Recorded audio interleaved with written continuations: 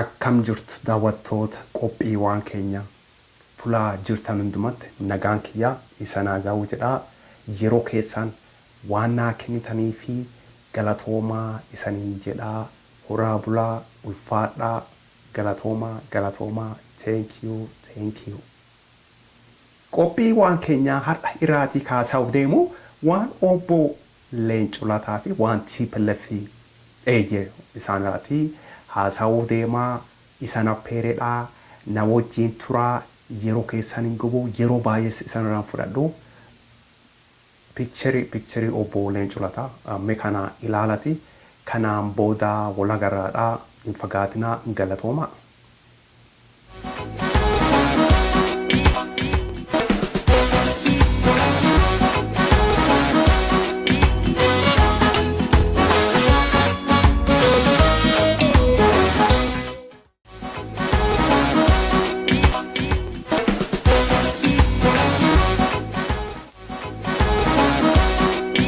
Tolega akkuma beektanii obbo Leencoo Lataa Shaggar deemanii turanii mootummaa TPLF mootummaa Tigree wajjin haasaanii jijjiirama fiduuf Oromoo qofaaf otoo hin taane uummata hundumaa sablammoota hundumaa fi jijjiirama fiduuf warrootuma kana warroo hangoo qaban ka Tigree kan ka afaan Tigree haasan warroota adda bilisa baasa uummata Tigraay kaafin jedhan TPLF kan wajjin hojjetanii jijjiirama fiduuf nama hundumaa wajjin even I think akkan ilaalutti obbo Leencoo Lataa namoota Oromoo ijjeesse warroota dhiigaa ijoollee Oromoo dhangalaasan ka TPLF isaan san hundumaa wajjin ta'anii sila namooti ijoollee ijjeessan suni karaa akkamiitiin araarama fiduuf maal jedhuun afaan Ingiliishiin I think kaatti dhiyaatu reconciliation I think something like that jechuun karaa rakkoo hiikanittiin namooti hundumtuu biyya san keessatti wal dhaga'ee gosi hundumtuu sablammoota maali kun hundumtuu karaa wal dhaga'anii still Tigree wajjin warroota TPLF warroota nama ijjeesee nama miidhee maal jedhe san hundumaa balleessaa isaanii san hundumaa fudhatanii araaramanii akka waliin jiraatan san hojjechuu fi akkan ilaalutti akka I think akkan herregutti kana hojjechuu fi obbo Leencoo Lataa ODP'n haga danda'an sila waliin hojjechuu fi wajjin haasawuu fi filannoos keessa seenanii karaa filannootinis waa fiduuf uummata Oromoo qofaatiin motiveeka namoota sablammoota hundumaati waa fiduuf karaa nagaatiin haga danda'an warra wajjin warra TPLF wajjin hojjechuu fi deemanii turan. Akkuma beektanii garuu Shaggar deemanii guyyaa sadiitti mootummaan TPLF mootummaan abbaa irree ka Tigree kuni guyyaa sadiitti obbo Leencoo Lataa warra ODP miseensa isaanii wajjin biyyaatii geggeessanidha akkasiidha akkuma beektanii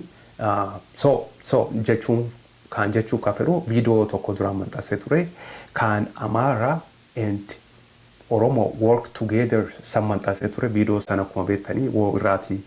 akka baratan waan tokkollee ta'uu baratanii ani sanfedha akka woo baratan fedha na gammachiisaa jechuun waan tokko namni tokko barate namni waan tokko barate nama biraa barsiisaa akkasiin namni wallaalaas barsiifataa jira wallaalaa ofiin barsiifatanii wallaala tokko suutachaa barsiifatanii akkuma jechaa ture obbo Leencoo Lataa TPLF wajjin sila hojjetanii wofiduu fi ilaaluuf akkuma agartanii garuu isaan in sodaatan obbo Leencoo Lataa AK-47 qabanii boombii harkaan qabanii jeetiin qabanii loltuu in qabanii obbo Leencoo Lataa waraanumaan qaban qawwees wama harkaan qaban karaa nagaatiin qawwee malee qawweeni namooti wal jeesse kanaan dur akkasiin hangoo biyya san akkuma beektanii abbaan humna qabu ka qawwee qaba qawwee guddaa san ka qabu ijjeesse kan irraa fudhate akkasiin biyyi suni agammaa ka jiru akkuma hundumtuu beennu waan akkasii jira gara Midilisii kanas Afrikaa keessa waan akkasii jira abbaan qawwee guddaa qabu qawwee xiqqishoo qabu ijjeesse dhufee taa'e tangoora taa'e ka biraatis dhufee akkasuma sun ijjeesse fudhata. Kana raati kan irraati kun akka dhaabatu fedhanii akka obboleen culataa kan irraati no more kun hundumtuu yaafuuti karaa nagaatiin karaa filannoo seenanis isaan wafiduuf turan garuu akkuma duraan jedhee isaan in sodaatu nama Oromoo qawwee qabaattee ala bula taate ati Oromoo taate in sodaatu warri Tigree kuni obboleen culataa sodaatanidha. Malee obboleen culataa akkuma duraan jechaa ture isaan qawween qabanii boombiin qabanii jeettiin qabanii lolaafi isaan kadeeman karaa nagaatiin karaa rakkoo Oromoo qofaa otoo hin ta'in rakkoo namoota hundumaa hiikuuf deeman karaa filannoo keessa seenanii ilaaluuf silam garuu mootummaan Tigree kun maal ta'u hin sodaatu akkuma duraan jedhe ati Oromoo wotaati. Hiyyeessa sotaasi dureessaa nama qabeen qabu taates ala bulaa taate ala bulaachuun gaawwan benni immoo hoomleessidha jechuudha nama mana hin qabne ala bulaallee taate mootummaan Tigree kun si sodaatu Oromoo wotaati si sodaata Oromoo waan taate qofaa fi karaa irraatis nama fuudhee hidha galchuu akkasidha gaa maqaan taayitiliin viidiyoo kanaa akka ta'u deemu kan Oromoo and Tigray people work together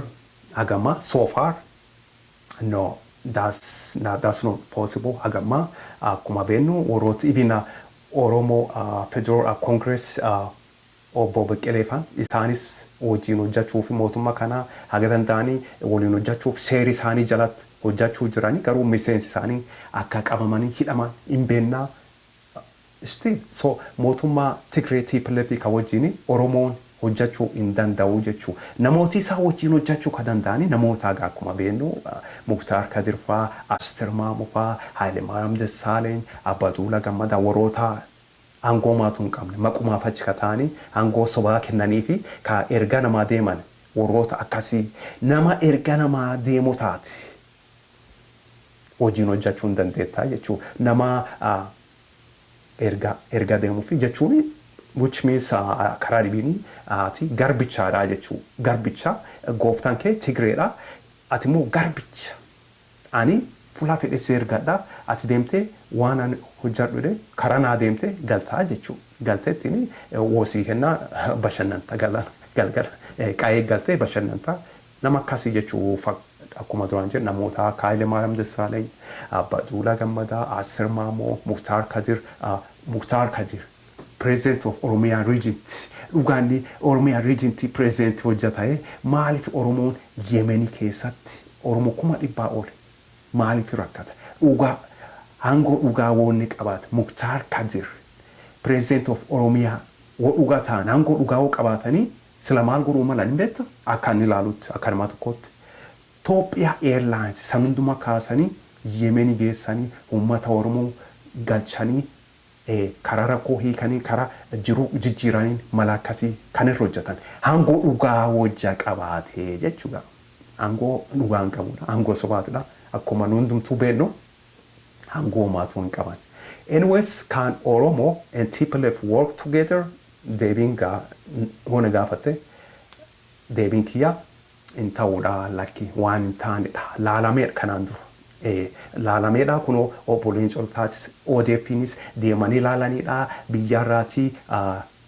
deemaasiitii jedhanii guyyaa sadiitti biyyaatii akka ba'anii mootummaan Tigree godheedha so karaa kamiin isa namooti isaa wajjin hojjechuu danda'an karaa kamiin kuno warrooti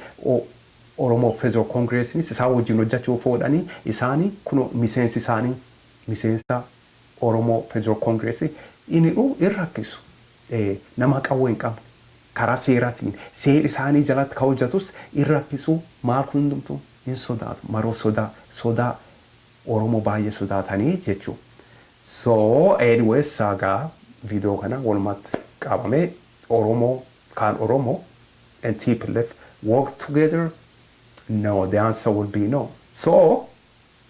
akka wabarattanii kan irraati wabarachuun dhabdanii waan tokkollee ta'u akka wabarattanii abdii qabaa galatoomaa san jedhaa yeroo keessan fudhattanii qophii waan keenyaa ka daawwattanii fi ammas deebi'ee galatoomaa san jedhaa thank you very much ulfaadhaa galatoomaa horaa bulaa